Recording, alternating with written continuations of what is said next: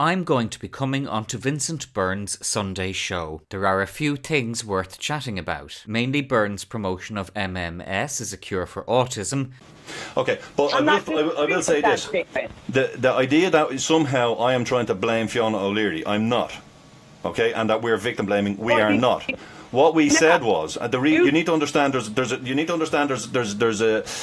a what would you call it? There's a hypocritical statement from Miss O'Leary, because Miss O'Leary is talking about. She for example accuses me of endorsing MMS, which I have never done, by the way, right?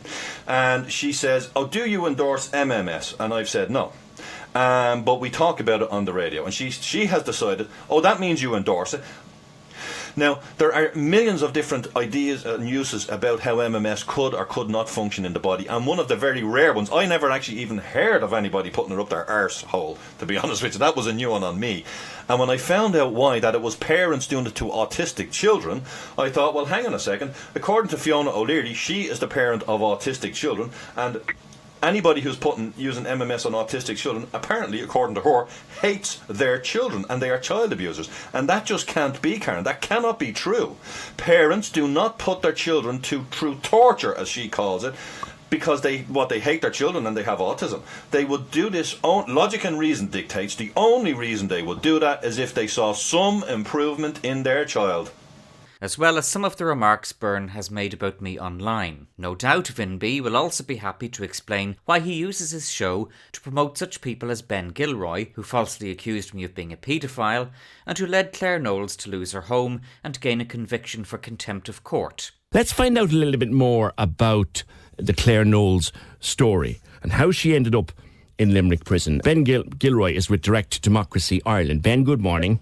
Tell me why initially Claire Knowles ended up in Limerick prison. Is it because she was trespassing in a house that's no longer hers? Well, that's what the courts would like you to believe. Unfortunately now the banks and the Circuit Court in Cork will get a lesson that they should have had their listening ears on. Can I ask you a question, Ben? Sure. Where'd you get your law degree? Let me answer one question. All right, tell me what you do. What I will do for her is I'll get her house back and substantial damages. You're guaranteeing that? I'm absolutely guaranteeing that. And you can hold me to it. So I know you're mad to ridicule me. So but you're guaranteeing you're going to win? Absolutely guaranteeing I'm going to win. And did you take advice outside of yourself on whether you'd win?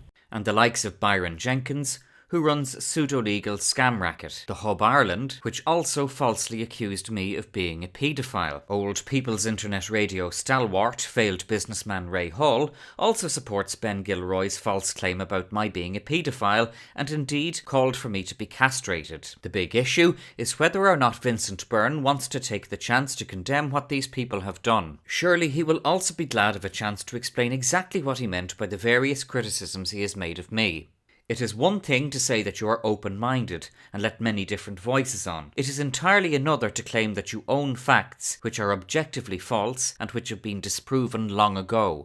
Actions speak louder than words, and giving false, failed, dangerous advice on the pretext of finding solutions is still giving false, failed, dangerous advice.